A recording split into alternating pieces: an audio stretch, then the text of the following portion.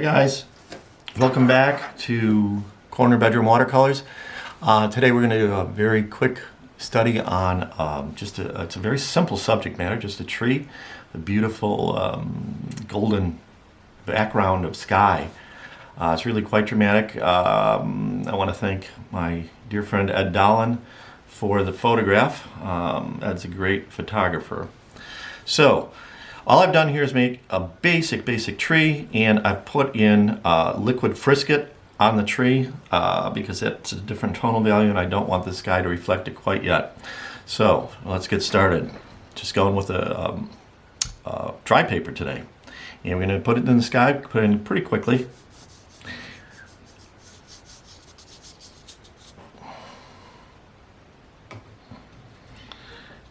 And if you ever have any questions or anything, just leave a note in the comments and I'll get back to you.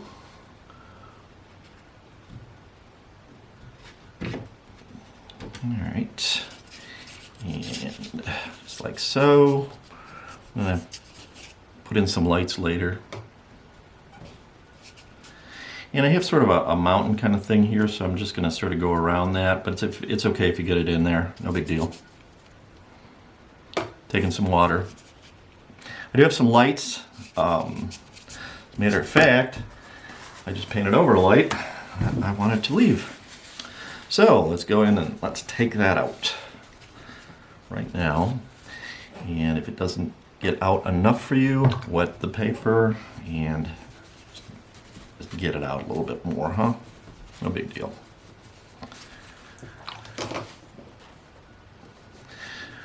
You know, when you're doing watercolors, you do have to sort of think ahead sometime because we try to work light to dark in watercolors.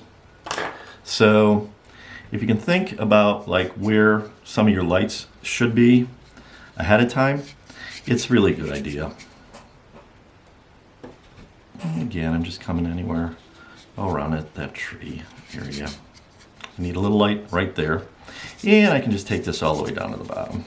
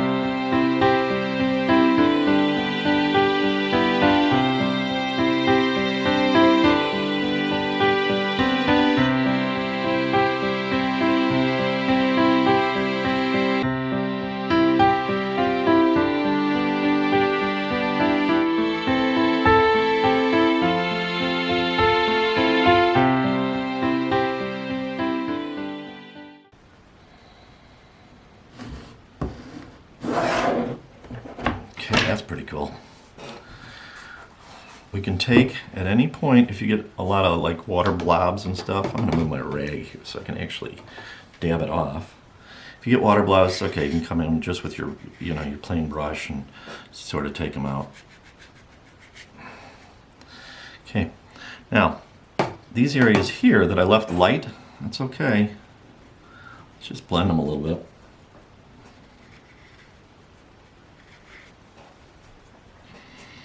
Same thing in here, just like so. Dry brush. Let's make this more homogeneous. There's a good word. Don't ask me what it means. Sorry. Let's get some darker tones. Here again. And the sky just should be really dramatic in here. So I'm just putting in just some dark but well blended tones. Let them fuzz out. And probably all across the top we can do that. Huh? Random. Okay. Nice. Let's have some dark right here. It's our motto. Need dark to show light.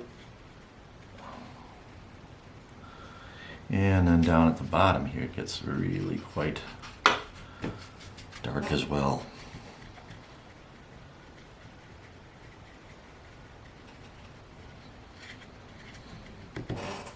There, it's almost like there's fire in the sky, you know? I think that's just such a neat idea. All right, so now let's take a little tissue. Let's blot in a few clouds.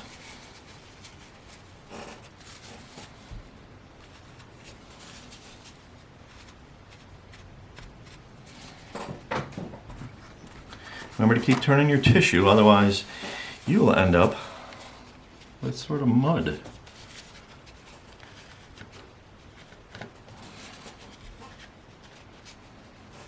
Almost like an abstract sky, isn't it?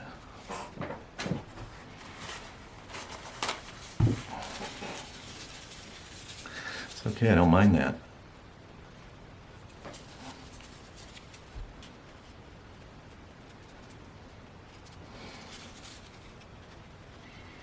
Just blend in some little sky patterns. There we go. Cool. How about this one? Yeah. Nice. All right, and now we might have some a little bit down here too. So wet the paper if you need to, you know.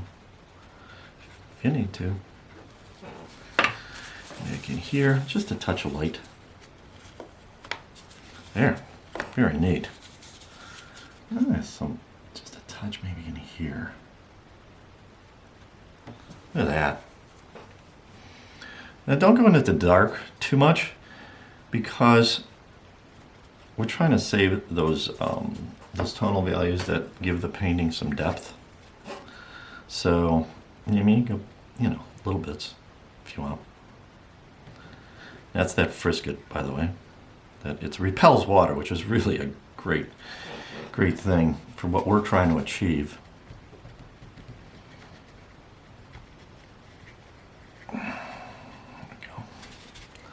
Darker again, and I'm using for this dark, and I know I put it in the description, but I'm using some burnt sienna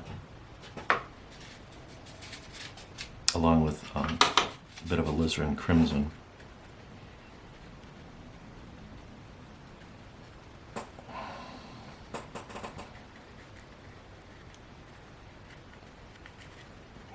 There, good.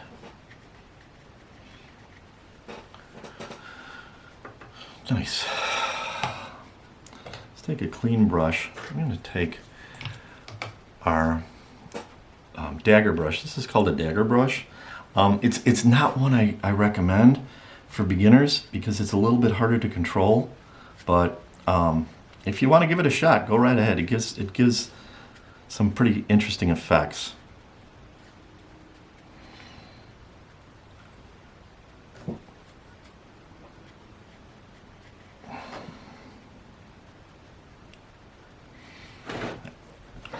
like. See that? That I don't like. So, not to worry. It's gonna fuzz out, but I don't like it. So I'm gonna make it fuzz out. There we go. There we go.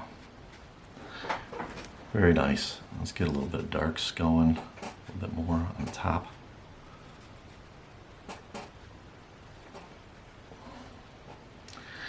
I think you got a pretty interesting painting going here so far. I'm going to come in just a little bit of our yellow and just take that up in here.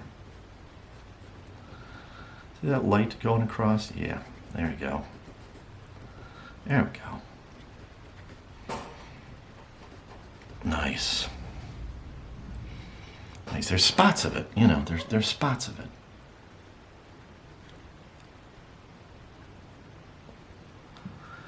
I was trying to make this really dramatic kind of look.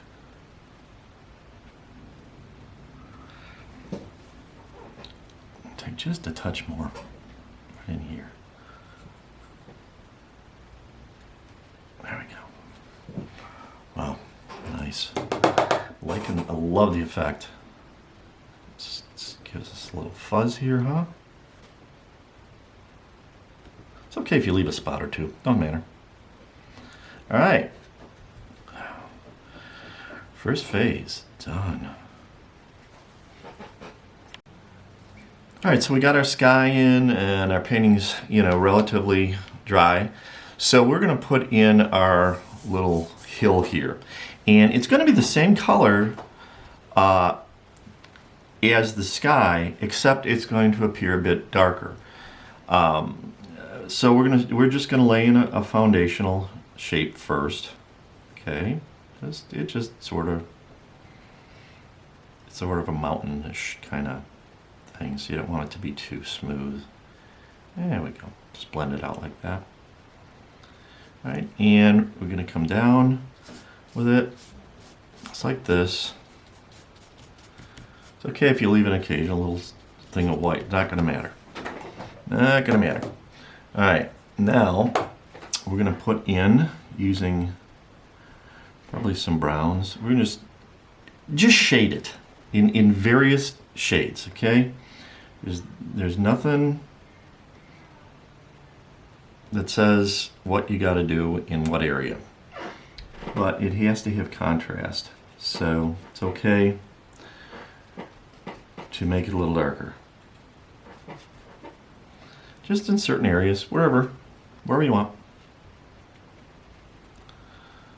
Let's see. How about something here? How about something that goes like this?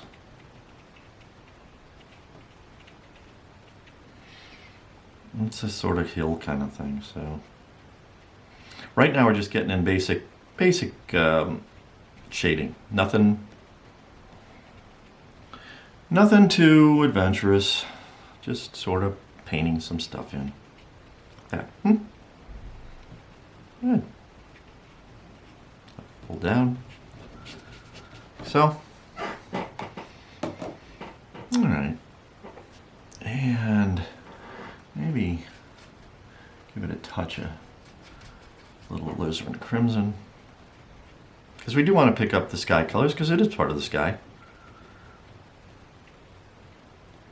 At least it reflects the sky, I should say. Using the side of the brush, the bristle, it doesn't really matter. However you want to do it.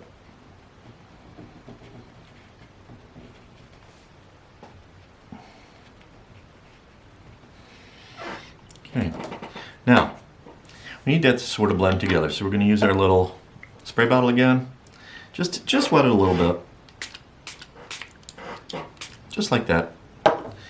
And let the colors just flow into one another for right now.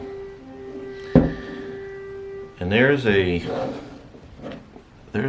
thing for all you new YouTubers. Don't keep your phone in the same area as you're trying to do recording. Oh, well. Usually I have Gracie the dog in the background, and she barks at the most inopportune moments, but it happens. Okay, now, I like the way that looks. No, we're going to soften a few edges out here. Okay, more hill-like. But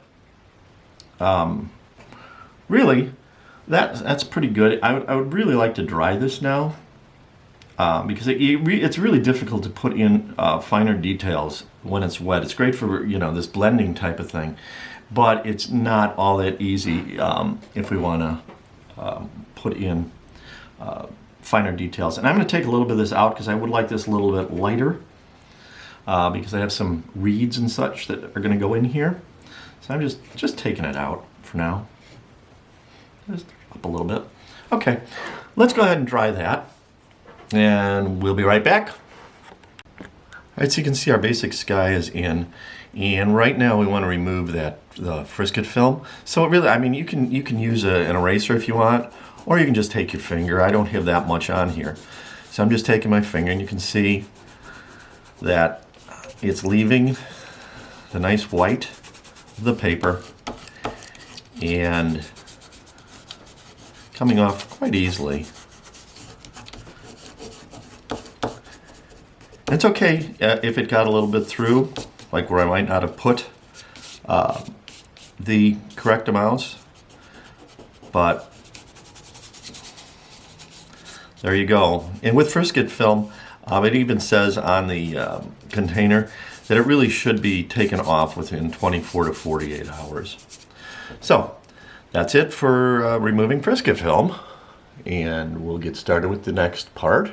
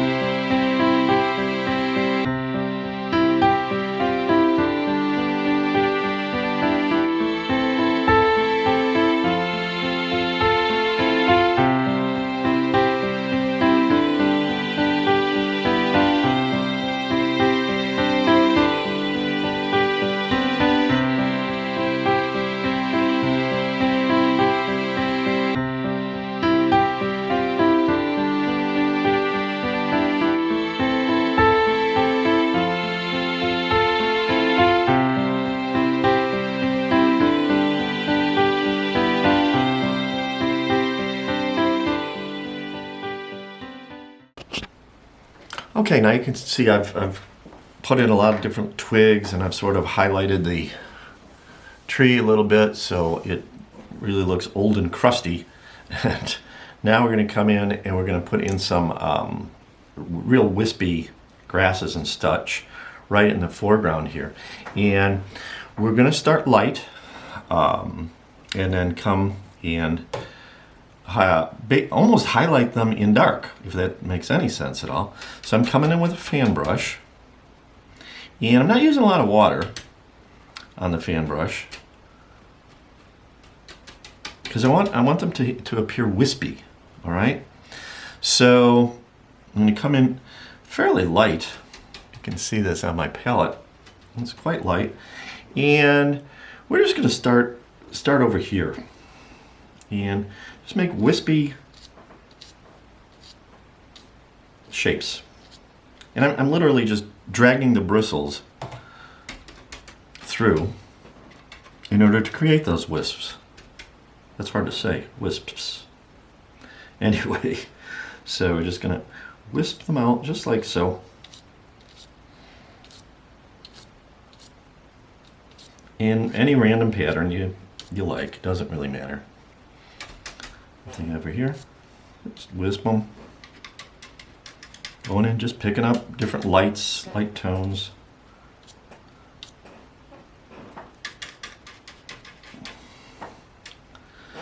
Okay, just like that.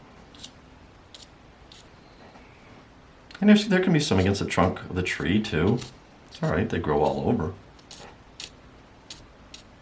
Just like so. Okay, now that we've got these wisps in, wow, I'm having trouble saying that. I'm going to come in over those wisps with a dark. Okay, and at first, we're just going to pick up a little burnt sienna, right? And just like this.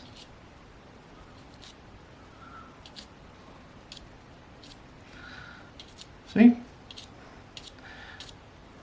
Go back into your color. Again, little wisps. You'll find that if you're not getting wisps, you probably have too much water. Now, to give them one more dimension, we're going to go in even darker.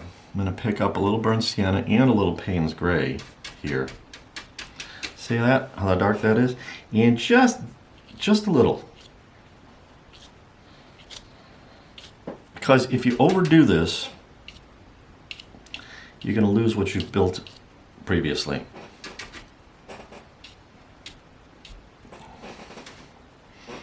It's a technique that I recommend just trying on a scrap piece of paper first, rather than do it on your actual painting, because you can get carried away with it and all of a sudden, oops, doesn't look so good. So one more here, like so. Good. Make it dark. Now, we can come across here and say that there's some kind of trees or scrub brush or something in the foreground. See this? That's mud. That's bad. Never want mud. Go back in. You can actually clean that off your palette if you like. I would probably recommend that, so that you don't actually accidentally go into it. And here, we're just going to push up and make a sort of a range of something. Not sure what it is. Doesn't really matter what it is. It's whatever you like it to be. All right. And just for a little bit of highlight at the end, what we can do is we can take white gouache, it's called. It's a fairly permanent color. It's much more opaque than regular watercolors. and go into our white gouache with our fan brush. Just the tips, like this. And just these ones that are against the sky, we're just gonna tip them in a little bit. I'm mixing this white gouache with just a touch of yellow, and we're just gonna tip these and get a little highlight. Just like that. See that? Just a touch, not so much. There you go. All right, and maybe it comes down from here, huh? Don't let them get too muddy down there. If it does, it's not a problem. Just go ahead, take a different soft brush. I'm using a fan. It doesn't matter. And just get rid of them like that. Okay, nice. Basically, folks, that's our painting. I hope you enjoyed it. Let's put a mat on it. Take a look.